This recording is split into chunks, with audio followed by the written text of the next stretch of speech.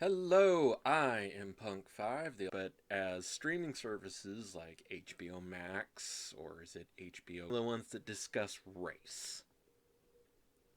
And so if you've been following Twitter cancel culture, you'll know that celebs like Jimmy Kimmel have been getting blasted for old blackface skits. Even now, Alyssa Milano is getting destroyed over doing Snooky Face, which I guess is Orange Face?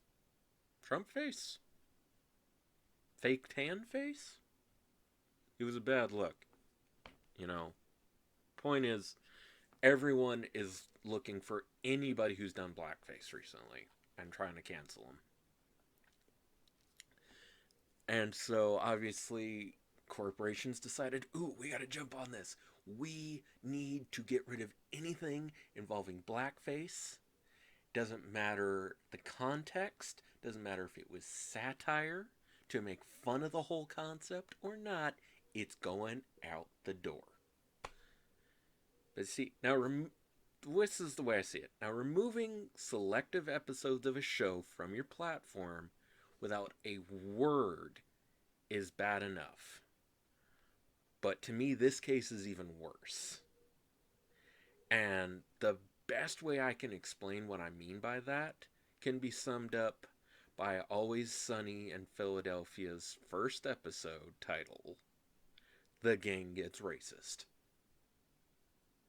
An episode that deals heavily with racism towards black people because Sweet D is suddenly dating a black guy and Dennis is not okay with it. Charlie and Mac are trying to become cool with black people, and Charlie does it flawlessly without meaning to.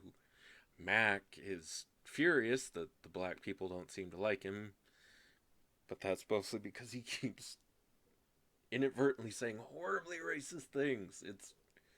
It's genius writing. And they left it up. Okay? There's just look at the title. like, okay, so you can have a whole episode titled The Gang Gets Racist and it's fine. Totally fine. I see no problem with that.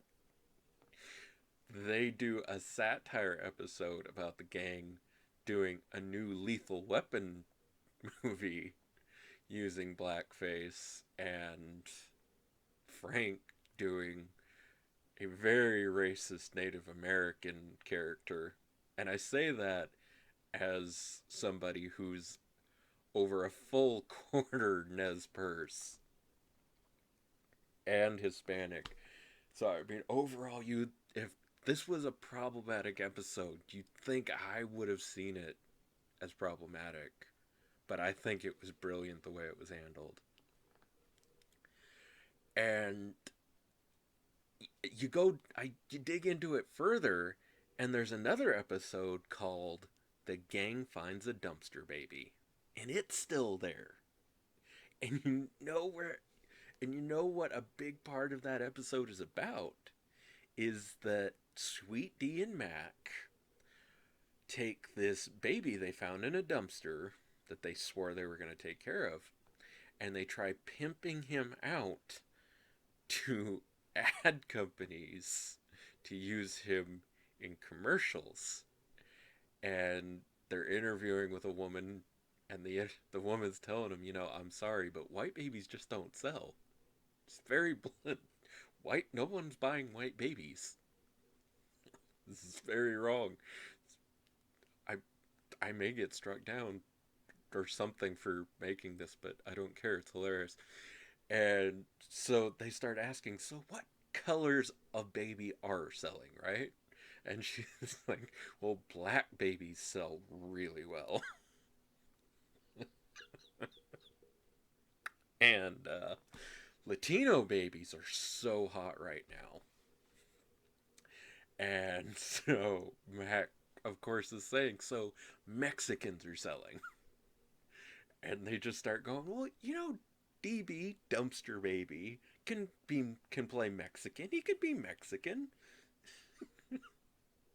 Nothing wrong with this so far, according to Hulu. It's fine. Whatever. Whatever. It's fine. Oh my god, this is so bad. Um, sorry. So they end up taking this dumpster baby to a tanning salon to try and tan the baby to make him look Mexican, basically doing brown face or orange face, you know? So ultimately this baby later on they have to use shoe polish to make him look brown. So they end up doing brown face using this baby. And this whole episode is still up. Still there. You can go see it right now. And, do you see the difference between what was pulled and what wasn't? Like, one of these things is like the other, is it not? One set of episodes uses satire to go after blackface. The other one goes after is being used to go after people doing brownface. And the brownface is still up. So is any of this about racism, or is Hulu trying to score woke points by capitalizing on a current political trend? Because it feels like they're just using censorship to earn woke points about blackface, as blackface is a big thing on Twitter.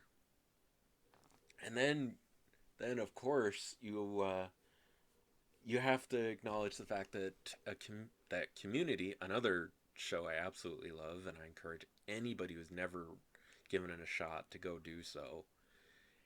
And they had an episode pulled because of a character cosplaying as a dark elf that could be seen as a person doing blackface. And these big companies decided, okay, nope, no dark elves, even though it was very clearly in the episode that he was cosplaying as a fantasy character who is a dark elf, which is, I mean, anybody who's played D&D or WoW or anything fantasy driven knows what a bloody dark elf is and can tell the difference between a dark elf and blackface. But these big companies could not care less about the difference between cosplaying as a dark elf or brownface and blackface and anything else. They couldn't care less about ending racism or actually standing up for people. They're just looking for the new hot bandwagon to jump on. A problem that is going to persist until we convince them to stop censoring entertainment based on Twitter opinions. Because, as so many other YouTubers have said, Twitter is not real life. Twitter is not wind. At least that way you have something that you love that they can't take away as easily.